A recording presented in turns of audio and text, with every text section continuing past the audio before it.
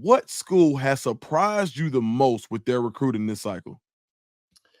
Well, I don't know if surprise is the right word because it's a program that you figure can recruit at a high level year in and year out. But when you look at the Auburn Tigers sitting at number 6 nationally right now in the On3 industry rankings, they have a chance to make a run at a top 3 class with some of the names still out there on the board as they try and flip Deuce Knight.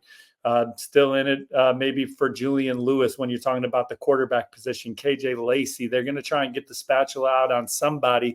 My On3 RPMs on Deuce Knight to Auburn right now, but you and I both know things are always fluid. Do they flip 5-star cornerback Naeem Offord, an in-state prospect from Ohio State? You know, they're battling for on 300 running back Shakai Mills-Knight.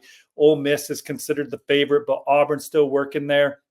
Even if he commits to Ole Miss, Auburn will continue to make Ole Miss work all the way till signing day. Andrew Babalola is a 5-star offensive tackle that Auburn looks like they're in the top 2 or 3 for. He's struggling to make a college decision when you got Stanford, Michigan, Oklahoma, and Missouri rounding out his top 5. And then speaking of Missouri Dukes, they got a top 20 class right now, number 18 nationally under coach Eli Drinkwitz and company. When you hear me talk on the whip around or on the inside scoop with Newberg or now the 5-star flex, anytime I say resources and infrastructure, you guys know what I'm talking about.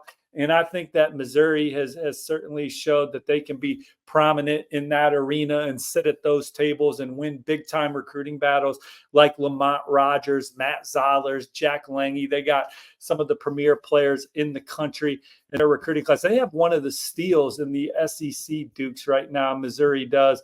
Jamarian Morrow, he's a running back recruit that can play in the slot, can play at wide out. Kind of reminds me of Wandell Robinson, who shined at Kentucky. Major pickup for Missouri there, Georgia, Texas A&M, some of the schools that were heavy on him. So Auburn's got a lot of infrastructure and resources this cycle. Tennessee does. My man Pete Nakos just posted a story about Georgia Tech flexing to land Josh Petty with their infrastructure and resources.